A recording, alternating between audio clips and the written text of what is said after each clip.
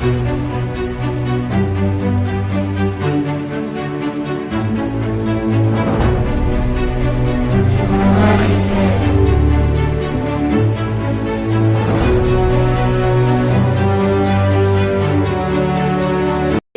கடைசியில நீங்க ஒரு வாக்குத்தத்தத்தை எடுத்துட்டு போறீங்க. ஆனா அந்த வாக்குத்தத்தத்தின்படி உங்க வாழ்க்கை அமையுதா? உங்க வாழ்க்கை இருக்கான்னு கேட்டா அப்படி உங்க வாழ்க்கை இல்லவே இல்லை. ஏன் இல்லை அப்படிங்கிறதையும், நம்ம வாழ்க்கையில எதெல்லாம் வாக்குத்தத்தம், எதெல்லாம் நம்ம கடவுள் பேசுவார், கடவுள் நம்மோடு இருக்கிறாரா இல்லையா, கடவுள் நம்மோடு இருக்கிறாரா இல்லையா, கடவுள்கிட்ட இருந்தா எப்படி ஆசீர்வாதம் வரும் என்பதை நீங்க தெரிஞ்சுக்கிட்டா மட்டும்தான் அடுத்த கட்டத்துக்கு நீங்க போக முடியும். 2 விஷயம் இருக்கு பைபிள்ல. ஒண்ணு புதிய ஏற்பாடு, இன்னொன்னு பழைய ஏற்பாடு. சரிங்களா? புதிய ஏற்பாடு, பழைய ஏற்பாடு. புதிய ஏற்பாட்டுல பாத்தீங்கன்னா இயேசு கிறிஸ்து வந்திருக்கிறார். பழைய ஏற்பாட்டுல பிதாவாகிய தேவன், வார்த்தையின் தேவனாய் இருக்கிறார். கொஞ்சம் கவனிங்க, தயவு செய்து கவனிங்க, உங்க வாழ்க்கைக்கு ரொம்ப முக்கியம். பழைய ஏற்பாட்டுல பாத்தீங்கன்னா நிறைய ஆசீர்வாதங்களை பத்தியும் சொல்லியிருக்கு, நிறைய வாக்கு தத்தங்களை பத்தியும் சொல்லியிருக்கு. அல்லேலூயா. ஆனா புதிய ஏற்பாட்டுல எங்கேயாவது ஒரு இடத்துல கூட என்ன பண்ணல, கடவுள் உங்களை ஆசீர்வதிப்பேன் என்று சொல்லவே இல்லை. கடவுள் உங்களை ஆசீர்வதிப்பேன் சொல்லவே இல்லை. கடவுள் கீழானவைகளை நோக்காமல் மேலானவைகளை நோக்குங்கள். முதலாவதாக தேவனுடைய ராஜ்யத்தையும் அவருடைய நீதியையும் தேடுங்கள், அப்பொழுது இவைகளெல்லாம் உங்களுக்கு கூட கொடுக்கப்படும். கடவுள் எப்பயுமே என்ன பாரு, என்னை பின்பற்று, ஏன் கூட வாழு. ஒருத்தவன் கேட்பான், ஆண்டவர்கிட்ட போய் கேட்பான், என்ன கேட்பான், ஆண்டவரே நான் நித்திய ஜீவனை அடைவதற்கு நான் என்ன நன்மை செய்ய வேண்டும் அப்படின்னு கேட்பான். அதுக்கு அவர் சொல்லுவாரு, நீ என்னை நல்லவன் என்று சொல்ல வேணாம், என் பிதா ஒருவரை தவிர நல்லவனே இல்லைன்னு சொல்லிட்டு சொல்லுவார். அடுத்து சொல்லுவாரு, நீ என்ன பண்ணு, போய் மோசையின் கட்டளைகளை கடைபிடி அப்படின்னு சொல்லுவாரு. அவன் சொல்லுவான், அவை கட்டளைகள்லாம் என்னன்னு கேட்பான். அது தாயின் தகப்பனி கணவன் ஆய்வாக அப்படின்னு சொல்லிட்டு ஒரு மோசையின் கட்டளையை வருஷப்படுத்துவார். சொன்னபோது இதெல்லாம் என் சிறு வயது முதலே என்ன பண்றேன், நான் கை கொண்டு இருக்கிறேனே. அப்படின்னா என்னது, அவன் பூரண கிறிஸ்தவன். அவன் யாரு, ஒரு பூரண கிறிஸ்தவன். அவன் பைபிள் படிக்கிற ஒரு நல்ல வேதத்தை அறிந்து புரிந்து வைத்திருக்கிற ஒரு மனிதன். அதனாலதான் அவன் வேதத்தை ஃபுல்லா படிச்சிருக்கிறேன், இதெல்லாம் எனக்கு சிறு வயது முதல் தெரியுமே அப்படின்னு சொல்றான். அப்பனா நீ பூரண சர்க்குணனாய் மாற விரும்பினால், நீ பூரண ஒரு நல்ல மனிதனாய் வாழணும், உனக்கு நித்திய ஜீவன் கிடைக்க வேண்டுமானால் தன்னைத்தானே வெறுத்து. அல்லேலூயா. ஃபர்ஸ்ட் சொல்லுவார், அதுக்கு முன்னாடி நீ உனக்கு இருக்கிற எல்லாத்தையும் வித்து என்ன பண்ணு, தரித்திரருக்கு கொடுத்துட்டு தன்னைத்தானே வெறுத்து தன் சிலுவையை சுமந்து விட்டு என் பின்னே வான்னு சொல்லுவார். நல்லா புரிஞ்சு கொள்ளுங்க. ஃபர்ஸ்ட் என்ன சொல்றாரு, இந்த உலகத்தில் இருக்கிற ஆசீர்வாதங்கள் எல்லாத்தையும் என்ன பண்ண விட்டுட்டு ஒன்ன வெறுத்து சிலுவையை சுமந்து என் பின்னே வா, அப்பதான் உனக்கு நித்திய ஜீவன் என்று சொல்லுவார். புதிய ஏற்பாட்டில் நீங்க எங்க பார்த்தாலுமே பார்த்தீங்கன்னா இயேசுவை பின்பற்றணும், எல்லாத்தையும் விடணும். பழைய ஏற்பாட்டில் என்னன்னு கேட்டீங்கன்னா, நான் இதை தரேன், நான் இதை கொடுப்பேன், அதை கொடுப்பேன், இதை கொடுப்பேன்னு. அப்படி கொடுத்தா கூட அவர் நிபந்தனைகளை தான் கொடுப்பார். நீ இதை செஞ்சா நான் இதை தருவேன்னு சொல்லுவார். இப்ப பொதுவாகவே ஆசீர்வாதத்தை வாங்க வேண்டும், ஆசீர்வாதத்தை பெற்றுக்கொள்ள வேண்டும் என்று சொல்லி வர நீங்களும் நானும் அவர் சொல்லுகிறதை செஞ்சிருக்கிறோமா? அவர் உங்களுக்கு ஒரு விஷயத்த சொல்லியிருப்பார்ல, அதை செஞ்சிருக்கிறோமா? அதை செஞ்சாதான் கடவுள் உங்களை ஆசீர்வதிக்க. சரிங்களா? அல்லேலூயா. அதை செஞ்சா மட்டும்தான் பின்னாடி உட்காந்துருக்க, முன்னாடி உட்காந்துருக்க பேசுறேன் நான் முத கொண்டு, பாஸ்டா பேசுறேன்ல, நான் முத கொண்டு வசனத்தை கடைபிடித்தால் தான், வசனத்தின்படி வாழ்ந்தால் தான் கர்த்தரை ஆசீர்வதிப்பார். நான் வந்த உடனே சொன்னா, இது மத மாற்றம் அல்ல, இது மனமாற்றம். யாரோ உங்களை ஏமாத்தி இருப்பாங்க. இன்னைக்கு பொதுவாவே கிறிஸ்தவம் என்ன சொல்லுது அப்படின்னா, நீ சர்ச்சைக்கு வா, உனக்கு கர்த்தர் நல்ல வீடு தருவார். நீ சர்ச்சைக்கு வா, உனக்கு நல்ல என்னது நிலம் கொடுப்பார். நீ சர்ச்சைக்கு வா, உனக்கு குழந்தை பாக்கியம் வரும். நீ சர்ச்சைக்கு வா, உனக்கு திருமணம் நடக்கும். நீ சர்ச்சைக்கு வா, உன் வியாதி சுகமாகும். நீ சர்ச்சைக்கு வா, உன் கடன் பிரச்சனை சுகமாகும். நீ சர்ச்சைக்கு வா, நல்ல வேலை கிடைக்கும். சர்ச்சைக்கு வா, சர்ச்சைக்கு வா, சர்ச்சைக்கு வா, சர்ச்சைக்கு வா, இதெல்லாம் கிடைக்கும், இதெல்லாம் கிடைக்கும், இதெல்லாம் கிடைக்கும். நம்ம என்ன பண்றோம், கூப்பிட்டுட்டே இருக்கிறோம். இயேசு கிறிஸ்து எங்கேயாவது சுவிசேஷத்துல இல்ல, இயேசு கிறிஸ்து அப்போஸ்தலனாகிய பவுல், மற்ற சபை நிறுவனர்கள், அதான் சத்தியத்தை அறியுங்கள், சத்தியம் உங்களை விடுதலையாக்கும். யாராவது எங்கேயாவது ஒரு இடத்துலயாவது நீங்க வாங்க கர்த்தர் உங்களுக்கு இதை தருவார் கூப்பிட்டுருக்காங்களா? உங்களுக்கு தெரியல. பாவம் நீங்களாம், உண்மையாவே நீங்களாம் பாவம். நீங்களாம் ரொம்ப ரொம்ப பாவம், பரிதாபத்துக்குரியவர்கள் நீங்க.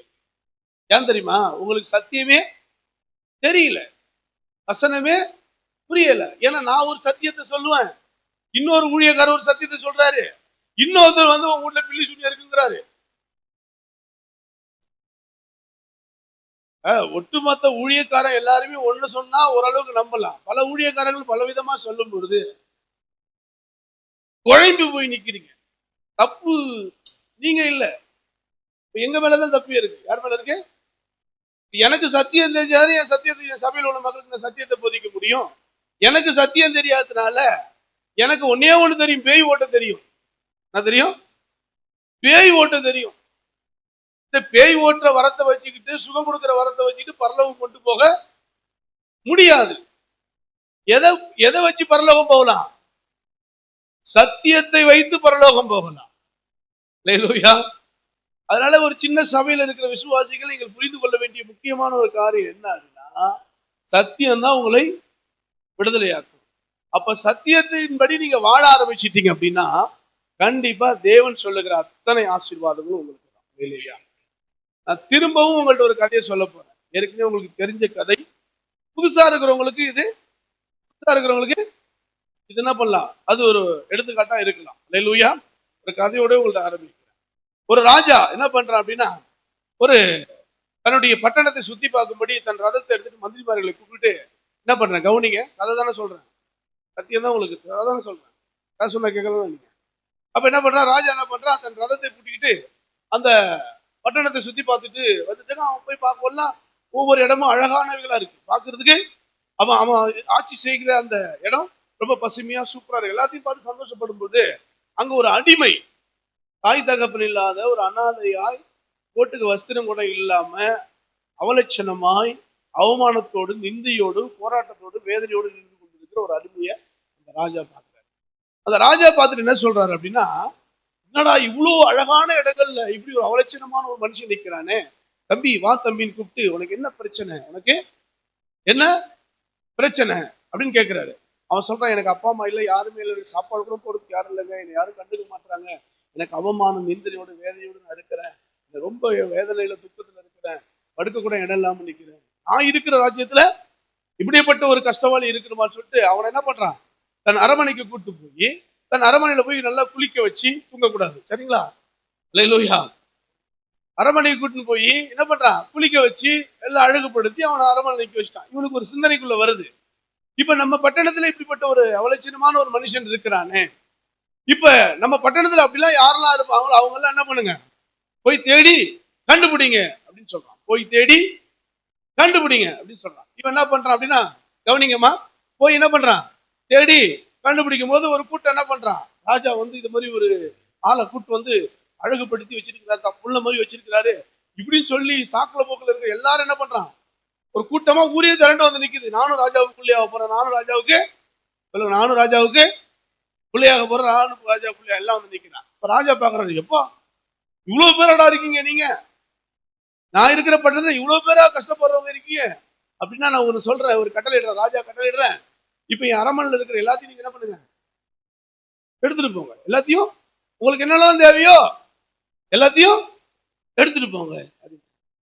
இப்ப வந்தால் இந்த மாதிரி கூட்டமா வந்து உட்காந்துருக்கீங்க, ராஜா சொல்றாரு, என்கிட்ட இருக்கிற எல்லா பொருளையும் நீங்க எடுத்துட்டு போகலாம், எல்லாம் உங்களுக்கு சொந்தாக்குறாரு. இங்க வர ஆள் என்ன பண்றான், அவன் என்ன பண்றான், ஒவ்வொரு பொருளை தூக்குறான். ஒருத்தவன் என்ன பண்றான், ராஜா கிரீடத்தை தூக்குறான், ஒருத்தவன் ராஜாவுடைய தங்க செயினை தூக்குறான், ஒருத்தவன் ராஜாவுடைய நாற்காலியை தூக்குறான், ஒருத்தவன் என்ன பண்றான், ராஜாவுடைய இப்படி அவன் என்ன பண்றான், ஒண்ணு பிடிச்சிக்கிட்டு இருக்கிறான். இப்ப ராஜா இதெல்லாம் கவனிச்சுக்கிட்டே இருக்கிறாரு, என்னடா இது எல்லாம் ஆளாளுக்கு ஒண்ணு தூக்கி நிக்கிறானே. இப்ப ஒரு அடிமையா ஒருத்தனை கூட்டு வந்தாருல ரோட்ல இருந்து, அவன் என்ன பண்றான், ரொம்ப பாவத்தோட நிக்கிறான். ஐயா வாங்க, ரொம்ப பாவத்தோட நிக்கிறான். ரொம்ப பாவத்தோட அவன் என்ன பண்றான், கவனிங்க, தூங்கக்கூடாது, அதுக்காக தான் இந்த கதையை ஆரம்பிக்கிறோம். இப்ப நான் தான் அடிமை, இப்ப அவர் தான் ராஜா, இப்ப நீங்க தான் யாரு, எதையாவது புடிங்கிட்டு போலான்னு வந்து உட்காந்துருக்கீங்க. எதையாவது ஏசப்பாட்டியோ யார்த்தையாவது ஏதாவது வாங்கிட்டு போகலானே உட்கார்ந்து இருக்கிற ஒரு கூட்டம். சும்மா சொல்றேன், சரிங்களா? நீங்களும் நல்ல அப்படி வந்து நிக்கிறாங்க. இப்ப நான் தான் அடிமை, இப்ப அவர் தான் ராஜா. இப்ப ராஜா நீரே பெரியவனாக்கினீரே, அளவே இல்லாமல் ஆசீர்வதித்தீரே, அளவே இல்லாமல் ஆசீர்வதித்தீர். மறப்பேனோ மறப்பேனோ மறந்து போவேனோ என்ன சொல்லி பாடிடுவேன்.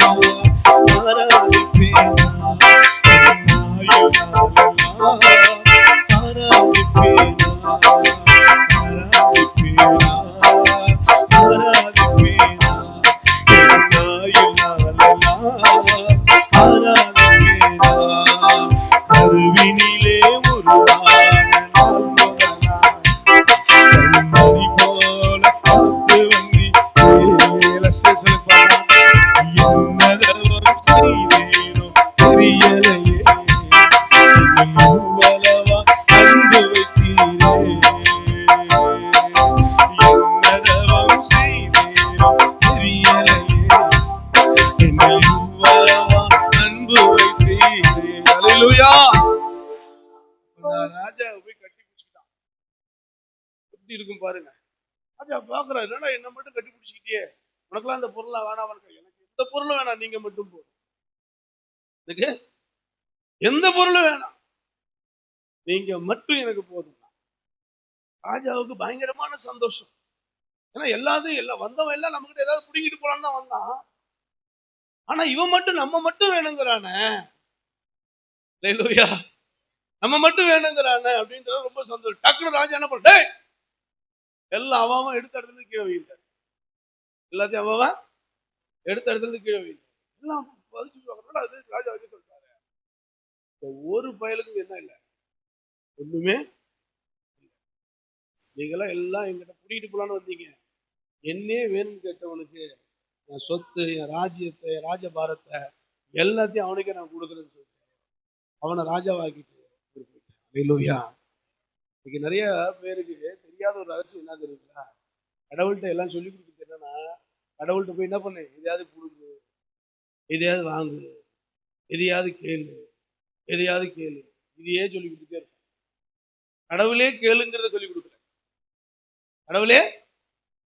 கடவுளே கேளுங்கன்னு சொல்லி கொடுக்கல. கடவுள்கிட்ட ஏதாவது கேளு. இது நம்ம பாரம்பரியமா பழக்கப்பட்டு பழக்கப்பட்டு பழக்கப்பட்டு பழக்கப்பட்டு பழக்கப்பட்டு இன்னைய வரைக்கும் நீங்க கடவுள்கிட்ட ஏதாவது கேட்கலாம் தான் வந்துருந்தீங்க. கடவுளே கேட்கணுங்கிற எண்ணம் யாருக்கு வருதோ, நீங்க மட்டும் போதும் ஆண்டவர், நீங்க மட்டும் எனக்கு இருந்தா போதும், இதெல்லாம் எனக்கு காலுக்கு தூசி ஆண்டவர் சொல்றவங்க கூட கர்த்தர் தம்முடைய ராஜ்யத்தை கொடுக்க வல்லமை உள்ளவராயிருக்கிறார். அதனாலதான் இன்னைக்கு ஒட்டுமொத்த கிறிஸ்தவமே என்ன சொல்றது அப்படின்னா, கிறிஸ்தவம் என்ன பண்ணா, எனக்கு அது கிடைக்கும், இது கிடைக்கும், இது கிடைக்கும், அது கிடைக்கும், எல்லாம் கிடைக்குங்க. இயேசுவும் கூட இருந்தா கிடைக்கும். புரியுதாம்மா நான் சொல்றது? எவனே ஏமாத்திருக்கான் நம்மள. இப்ப எனக்கு கம்மியான வயசு தானே, என்னோட நீங்க வயசுல கூட இருப்பீங்களா, என்னோட இயேசு உங்களுக்கு அப்படியே தெரிஞ்சிருக்கலாம். தெரிஞ்சிருந்தாலும் ஏதோ யாரோ என்ன பண்ணிட்டாங்க உங்களை, நீங்க இயேசு கிட்ட வாங்க உங்களுக்கு அது தருவேன். இயேசு கிறிஸ்து எதுவும் தர மாட்டாரு. இயேசு என்ன சொன்னாரு? நரிகளுக்கு குழிகள் உண்டு, பறவைகளுக்கு கூடுகள் உண்டு, ஆனா எனக்கு என்ன இல்லை, தலை சாக்கி இடம் இல்லை. அப்படின்னு என்ன அர்த்தம்? என் பின்னாடி வந்தா உனக்கு ஒண்ணும் கிடைக்காதுன்னு அர்த்தம். நான் அப்படி சொல்லிட்டேன், இந்த உலகத்துக்குரியவை ஒண்ணு உனக்கு கிடைக்காது. எது கிடைக்கும்? மேலானவைகள். அல்லேலூயா, அல்லேலூயா, அல்லேலூயா. பேதுரு அவருடைய சீஷர்கள் கேட்கிறாங்க, என்ன கேட்கிறாங்க அப்படின்னா, ஆண்டவரே உங்களே நாங்க பின்பற்றுகிறோம், எல்லாத்தையும் விட்டுட்டு, எல்லாத்தையும் உங்களே விட்டுட்டு பின்பற்றுமே, எங்களுக்கு என்ன கிடைக்கும்?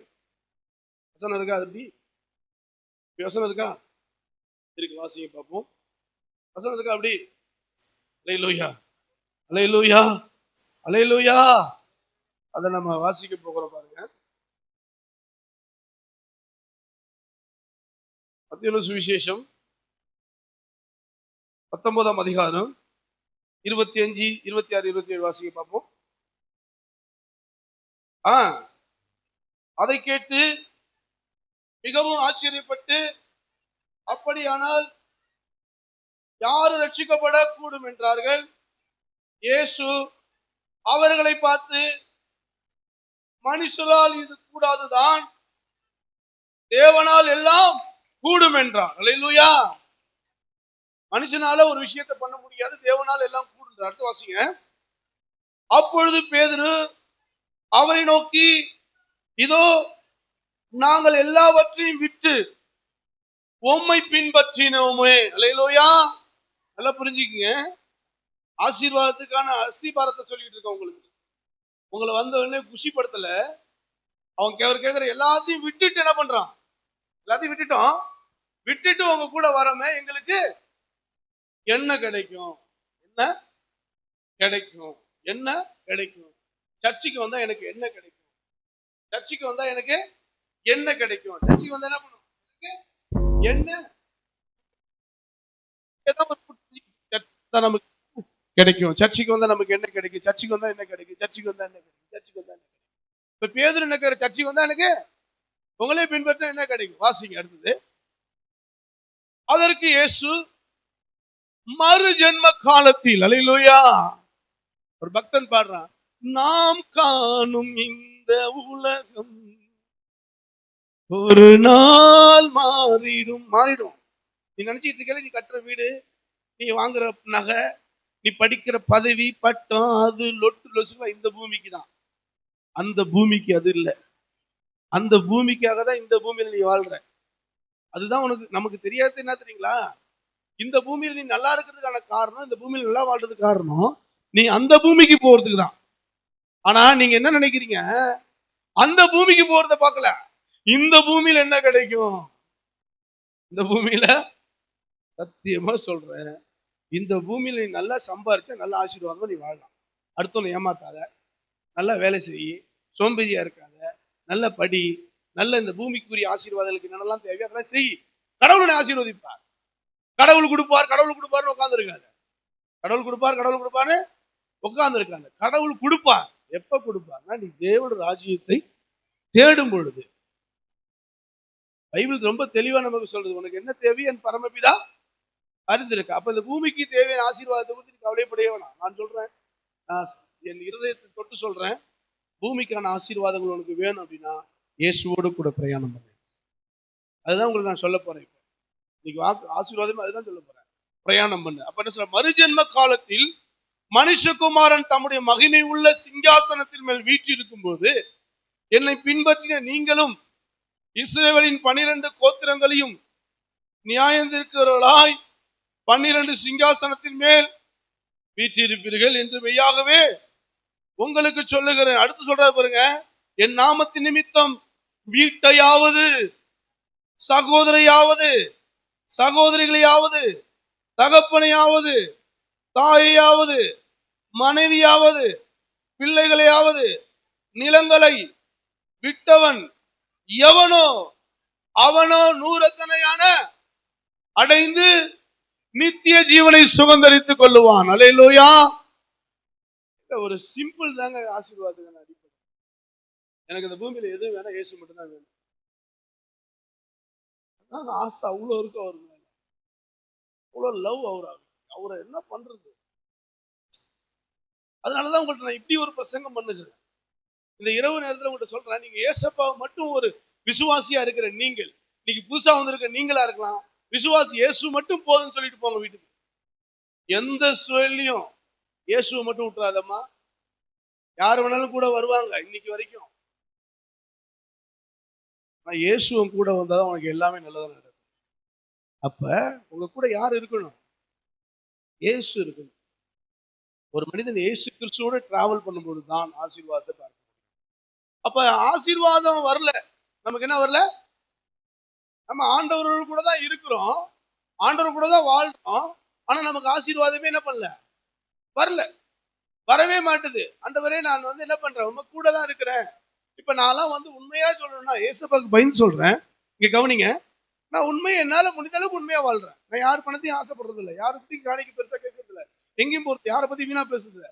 ஓரளவுக்கு 100% ஒரு 75% நல்லா வாழணும்னு நினைக்கிறேன்.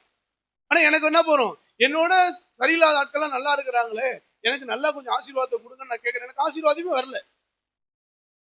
என்கிட்ட நிறைய பணம் இல்லை, பொருளாதாரம் இல்லை, நல்ல சர்ச்சை கொடுத்துருக்காரு, நல்ல மனைவி பிள்ளைகள் கொடுத்துருக்காரு, நல்ல சாப்பாடு கொடுத்துருக்காரு, போட்டுக்கு நல்ல ட்ரெஸ் கொடுத்துருக்காரு. மற்றபடி என்கிட்ட எக்ஸ்ட்ரா வாழ்றதுக்கான வாழ்க்கைக்கான ஆசீர்வாதமே என்கிட்ட இல்லவே இல்லை. ஏன் ஆண்டவரை கொடுக்கலன்னா, அவரோட பிள்ளைகளுக்கு அவர் தரவே மாட்டார். அல்லேலூயா, அல்லேலூயா. ஏங்க, நமக்கு போதுமான பணம், போதுமான தேவைகள், போதுமான காரியங்கள் இருந்தா போதும், அதுதான் ஆசீர்வாதம். அளவுக்கு மிஞ்சின அமிர்தமும் விஷமா மாறும். அதிகமா என்ன பண்ணாத, ஆசைப்படாத. அதிகமா என்ன பண்ணாத, சேமிக்காத. அதிகமா என்ன பண்ணாத, காரியங்களை பண்ணாத. அல்லதான் இயேசு எல்லாத்தையும் வித்து தரித்திரத்தை கொடுக்க எழுதிருக்காங்க. ஏன்னா உங்ககிட்ட இருக்கிற எல்லாத்துக்குமே ஆசை. உன் புள்ள மேல ஆசை இல்லையா உனக்கு? உன் பொண்டாட்டி மேல ஆசை இல்லையா? உன் புருஷன் மேல ஆசை இல்லையா? அதுக்கு மாத்திரம் நீ அவ்வளவு இம்பார்ட் கொடுக்குற, முக்கியம் கொடுக்குற. மத்த பிள்ளை கொடுப்பியா நீ? அதையும் விடுங்க. மத்த மனுஷங்கிட்ட கொடுப்பியா? ஆண்டவருக்கு அப்படி இருப்பியா நீ? நீங்க உட்காந்துருக்க சுயநலவாதி நம்ம எல்லாருமே, தெரியுமா உங்களுக்கு? ஆண்டவர் தான் என் கடவுள்னு நீங்க, ஆண்டவர் தான் என் கடவுள், ஆண்டவர் தவிர எனக்கு வேற யாரும் இல்லை, ஆண்டவரே என் கூட இருக்கிற. எங்க இருக்கிறவங்க கூட காட்டுங்க பாப்போம். புராணத்துல அனுமான் கீழ்ச்சி காட்டுறான். என்னது ராமனு சீதையும் உள்ள இருக்கான். நீ காட்டு பாப்போம். உங்கள் சட்டை அல்ல, உங்கள் இருதயத்தை கிழித்து உங்கள் தேவனாகிய கர்த்தரிடத்தில் திரும்புங்கள், அவர் இரக்கமும் மன உருக்கமும் இனிய சாந்தம் உள்ளவராய். எத்தனை பேர் கீழ்ச்சி திரும்புங்க? திரும்ப பாப்போம். நம்ம எல்லாம் மாய்மாலமா நடிச்சுக்கிட்டு இருக்கோம். நம்ம எல்லாம் பொய்யா இருக்கிறதுனாலதான் கருடைய ஆசீர்வாதத்தை நம்மளால பெற முடியல. என்ன பொறுத்தளவுக்கு என் ஜனங்கள் ஆசீர்வதிக்கப்படணும். என் ஜனங்கள் இந்த பூமியில மற்றவர்களுக்கு முன்னாடி சாட்சியா வாழணும். என் ஜனங்கள் யாரிடத்துல கையேந்தி நிற்க கூடாது அப்படின்னு ஆண்டவர் விரும்புறார். நிறைய தேவையில்லை, நிம்மதியான ஒரு வாழ்க்கை, சமாதானமான ஒரு வாழ்க்கை, செழிப்பான ஒரு வாழ்க்கை, மகிமையான ஒரு வாழ்க்கையை வாழணும் என்று கர்த்தர் நினைக்கிறாரு. ஆனா நம்மளால என்ன பண்ண முடியலன்னா, எவ்வளவுதான் உழைத்து கஷ்டப்பட்டு சம்பாதிச்சாலும் நம்ம வாழ்க்கையில முன்னேற்றம் இல்லாததுக்கான காரணம் என்ன? பாடுகளை சகிக்க முடியாத காரணம் என்ன? பின்மாற்றது கூட போயிடுவீங்க. நம்மகிட்ட அவ்வளவு விதமான கெட்ட சிந்தனைகள் இருக்கு. அததான் உங்களோட கூட பேச போறேன். அல்லேலூயா. அப்ப ஆண்டவரோட பிள்ளைகளாய் இருக்கிற நீங்களும் நானும் ஆசீர்வாதத்தை பெற்றுக்கொள்ள வேண்டுமானால் இன்னசென்ட்டா நீங்க மாறணும், கபடம் இல்லாதனா மாறணும். சுரேகா என்ற கேட்கிற பழைய விசுவாசி சுரேகா என்று சொல்லிச்சு, ஐயா நான் யார்கிட்ட சண்டை போட்டா கூட ஓடி ஓடி பேசிடுவேன் ஐயா. அது நினைச்சிட்டு எல்லாம் நீ என்னைக்கு போயிட்டு ஓடி ஓடி பேசிட்டு அப்பதான் பரலோகம் சந்தோஷப்படும். உனக்கு அந்த உள்ள வினைய வச்சுக்கிட்டு, வீம்பை வச்சுக்கிட்டு, பொறாமை வச்சுக்கிட்டு, அவ சொன்னாலே இவ சொன்னாலே இதை பண்ணாலே அதை பண்ணாலே நின்றுக்கிட்டு ஏசப்பாட்ட போய் ஆராதனை செஞ்சு நீ தீர்த்து செஞ்சிட முடியுமா நம்மளால? ஏங்க நாம தெளிவா கத்துப்போங்க. போற வழி நல்ல வழின்னு தெரிஞ்சு போச்சு, நல்ல வழியில போங்க. நம்ம வாயில வராது வந்தாவெல்லாம் நம்ம வச்சுக்கிட்டு நாம என்ன பண்றோம்? ஞாயிற்றுக்கிழமை அன்னைக்கு என்ன பண்றோம்? ஆராதிப்பேனா ஆராதிப்பேன் நங்கு நன்னு நங்கு நங்குன்னு குதிக்கிறா பாரு. அவங்க ஊருக்காரி சொல்றா, தப்பா நினைக்கிறேன், அவங்க ஊருக்காரி சொல்றாங்க, ஊருக்காரங்க குதிக்கிறா பாரு. காலில தான் புருஷங்கிட்ட சண்டை போட்டு அவனை அடிச்சு வேலைக்கு போக சொல்லிவிட்டு இங்க வந்து யாரும் சொல்ல, உங்க பக்கத்து வீட்டுக்காரங்க தான் சொல்றாங்க. உங்க ஊர்ல நான் சொல்றேன், நம்ம ஊர்ல நம்மள எடுத்துப்போம், நம்ம எல்லாரும் எடுத்துப்போம். நம்ம எல்லாரையும் நிக்க வைப்போம். உங்க ஊர்ல உங்க ஆளை சாட்சி கொடுக்க பார்ப்போம். ஒரு ஆளை கொடுத்து நீங்க நல்ல சாட்சி கொடுக்கணும். சவாலிட்டு சொல்லுகிறேன். ஒவ்வொரு ஊர்ல கிராமத்துல வந்திருக்கீங்க, ஒவ்வொரு ஆளையும் கூப்பிட்டு தனித்தனியா ஒவ்வொரு ஆள்கிட்டையும் கேட்போம். ஏமா அந்த அக்கா எப்படிமா, அந்த அண்ணன் எப்படிமா, அந்த தம்பி என்னவனா, நீங்க இல்லைங்க ஐயா, அவர் ரொம்ப நல்லவர் ஐயா, அவரை மாதிரி தங்கமானவர் இல்ல, அவர் என்னைக்கு இயேசு ஏற்றுக்கொண்டாரோ அன்னிலேருந்து நல்லா வாழ்றாரு, நல்லா இருக்கிறாரு அப்படின்னு சொல்லுவீங்களா? அவரா ரொம்ப மோசமான ஆளியா, உங்ககிட்ட தான் நடிக்கிறாரு அவரு, இப்படி சொல்லுவீங்களா? அப்ப நம்ம என்ன செய்யணும் அப்படின்னா, நம்ம போக வேண்டிய தூரம், நம்ம போகிற இடம், நம்ம இருக்கிற இடம் ஏசப்பாவோட இடமா ஆயிடுச்சு. என்ன ஆயிடுச்சு? ஏசப்பாவோட பிள்ளையா மாறிட்டோம். ஏசப்பாவோட பிள்ளை ஆயிட்டோம். ஆமா தானே? ஏசப்பா பிள்ளை ஆன பிறகு கொஞ்சம் கொஞ்சம் கொஞ்சம் கொஞ்சமா நம்ம ஆசீர்வாதத்துக்கான வழியை தேடணும். அதாவது முன்னேற்றத்துக்குள்ள போகணும். கீழானவர்களை நோக்காமல் மேலானவர்களை நோக்க வேண்டும். சொல்லுங்க பார்ப்போம். சொல்லுங்க, எல்லாரும் சொல்லுங்க. நான் இந்த வருஷத்துல கீழானவர்களை நோக்க கூடாது, மேலானவர்களை நோக்கணும். இப்ப மேல என்ன இருக்கு, கீழே என்ன இருக்கு? மேல பரலோகம் இருக்கு, கீழே உலகம் இருக்கு. இந்த உலகத்துலதான் யார் இருக்கா? பிசாசு இருக்கா. அப்புறம் என்ன இருக்கு? தூசி பரல இல்ல, நீ ஆசைப்படுற எத்தனை உலகத்துல இருக்கு. இதை வச்சுதான் உன்னை என்ன பண்றான், மடக்கிறான். அதனாலதான் அந்த பூமி யார் கையில, உலகம் யார் கையில ஒப்பு கொடுக்கப்பட்டிருக்கு?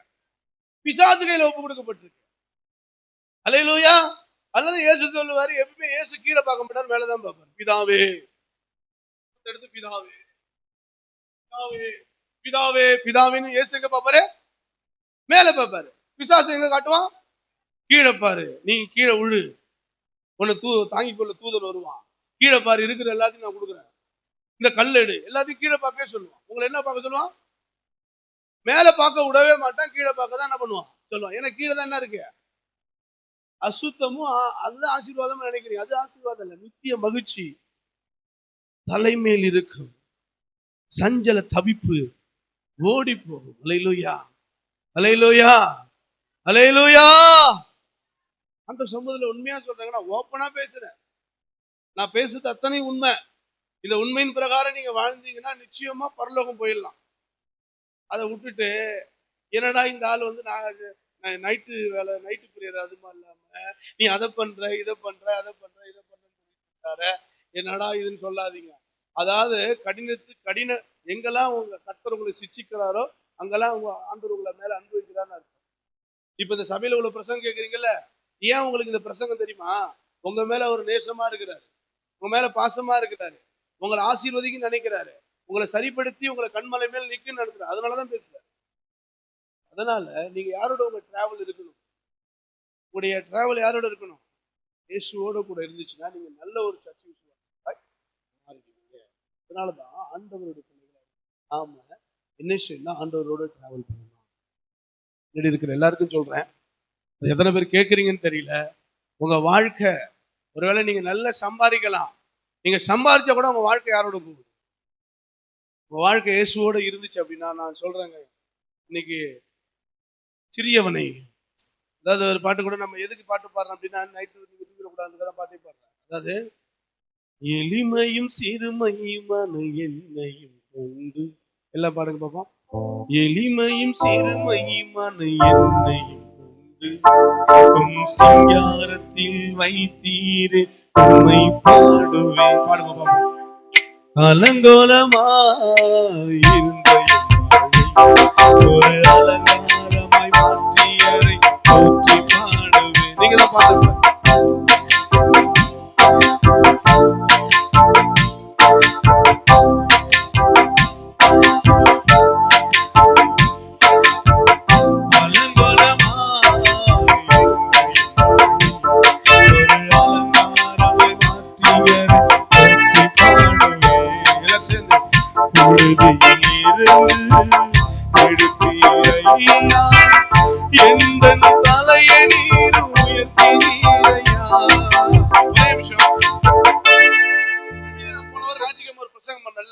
நீ என்னைக்கு பழச மறந்தியோ அன்னைக்கு நீ தோத்துட்ட. நீ என்ன நிலைமையில விழுந்த, எந்த கஷ்டத்தோட சர்ச்சைக்கு வந்த, எந்த நேரத்துல கர்த்தரோட ரட்சித்தார், அப்போ உன் கண்ணுல என்ன இருந்துச்சு, அப்போ உங்க வீட்டுல என்ன இருந்துச்சு, எவ்வளவு துக்கம் இருந்துச்சு. ஆனா அதை நீங்க மறந்துட்டீங்க. அலங்கோலமா இருந்தவங்களை அலங்காரமா மாத்திருக்கிறாரு. ஆமீனா இல்லையா? என்ன மாத்திருக்கிறாரு, என்ன மாத்திருக்கிறாரு. உங்க வாயில வருது. அப்புறம் என்ன மாத்திருக்காரு என்ன சொன்னீங்களா? அதுதான் உங்கள்ட்ட இருக்கிற இந்த ஸ்பிரிட். என்ன மாத்திருக்கிறாரு? என்ன மாத்திருக்காருங்க? ஏசு என்ன மாத்திருக்காருங்க? அலங்கோலமாயிருந்த என் வாழ்வை ஒரு அலங்காரமாய் மாற்றியதை போற்றி பாடுவேன். சொல்லுங்க. அலங்கோலமாயிருந்த என் வாழ்வை ஒரு அலங்காரமாய் மாற்றியதை போற்றி பாடுவேன். புழுதியிலிருந்து எடுத்தீரையா எங்கள் தலையடியிலோ. நல்ல பாடமா கிருஷ்ணாமா பாடுவா. எடுத்தீரையா எங்கள் தலையடியில் உயர்த்தீரையா.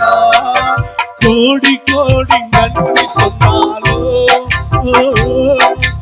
உமக்கது ஈடாகுமோ.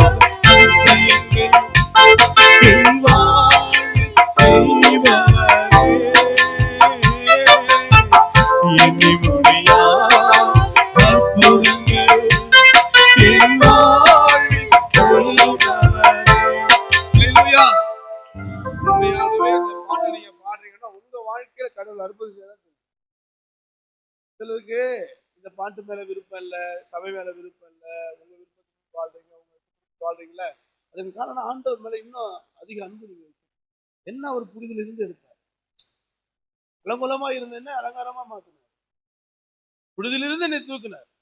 நம்ம வாழ்க்கையில நம்மளை ஆண்டவர் எப்படி எப்படி இருந்த நம்மளை மாத்தி இருக்கிறார். ஒவ்வொரு மனிதனுக்கும் அது தெரிஞ்சால் மட்டும்தான் நீங்க ஆண்டவரோட இன்னும் அதிக ஐக்கியப்பட முடியும். சரிங்களா? இப்படி ஒரு மனுஷனை கர்த்தர் தூக்கி கண்மலை மேல் இருக்கிறார். அல்லேலூயா.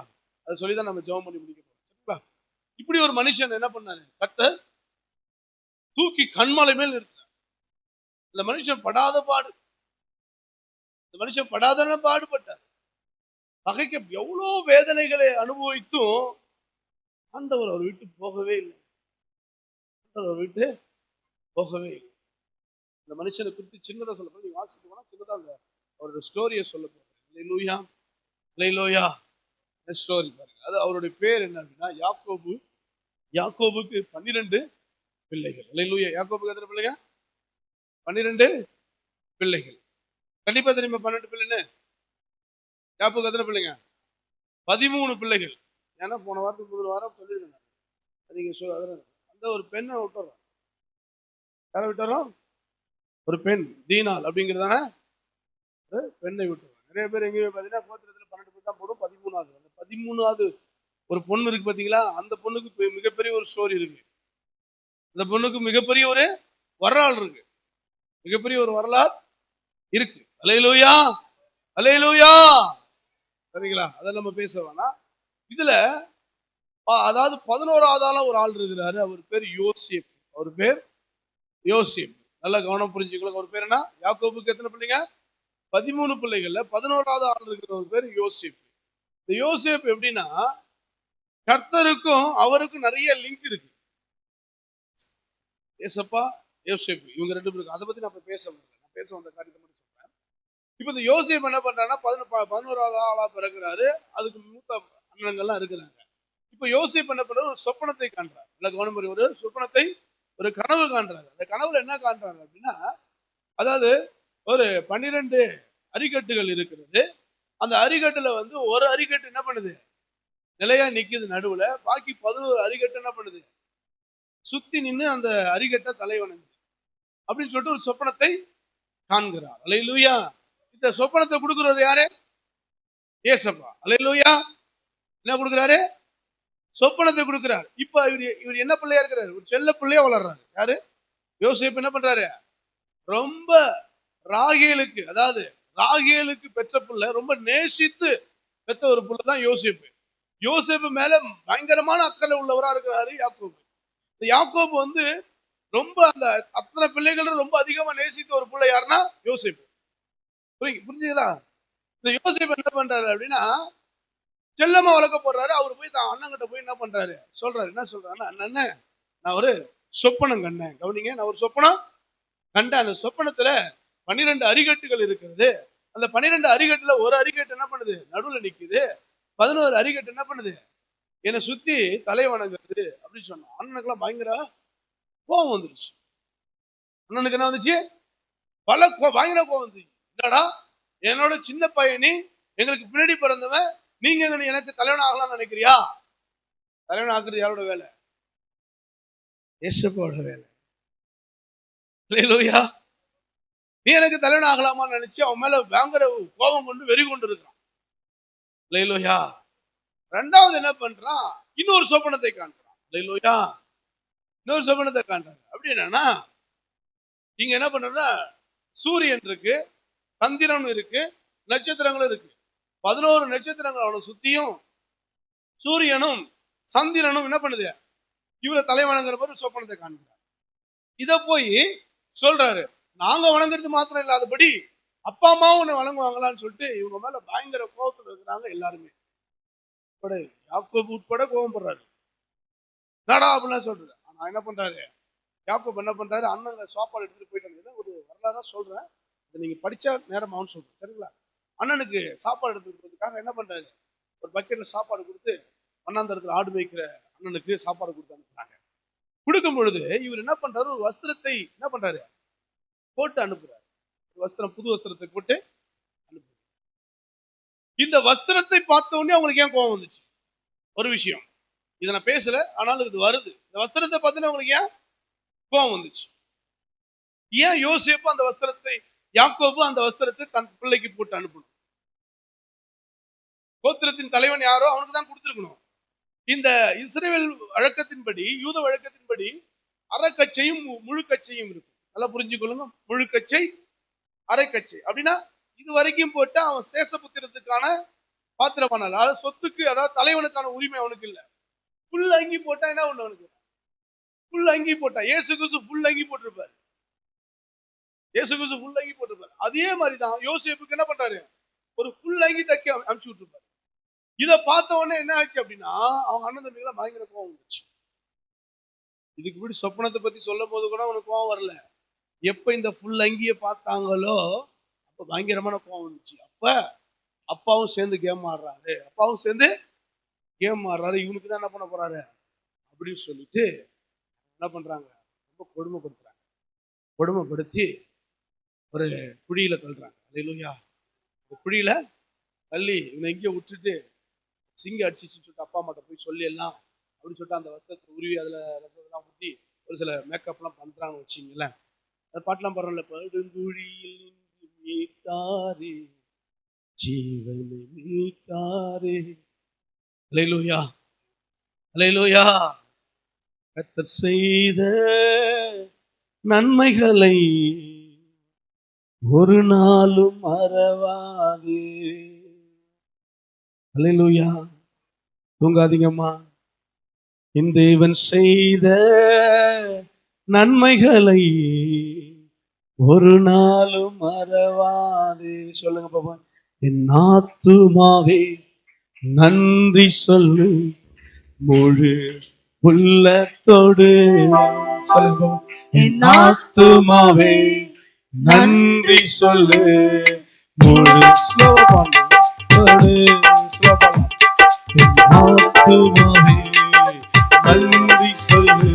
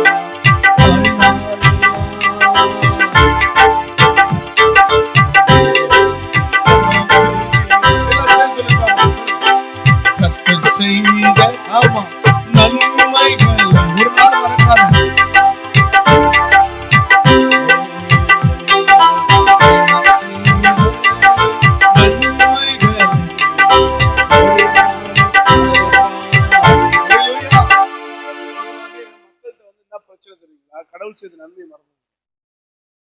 அதனாலதான் ஜெபம் பண்ணும் போதுல என்ன செய்வீங்க? ஜெபம் பண்ணும் போதுல எப்படி ஜெபம் பண்ணுவீங்க? ஜெபம் பண்ணி முடிக்கல என்ன சொல்லுவீங்க? டெய்லி என்ன சொல்லணும்? ஜெபம் பண்ணி முடிக்கல என்ன சொல்லணும்? என் ஆத்துமாவே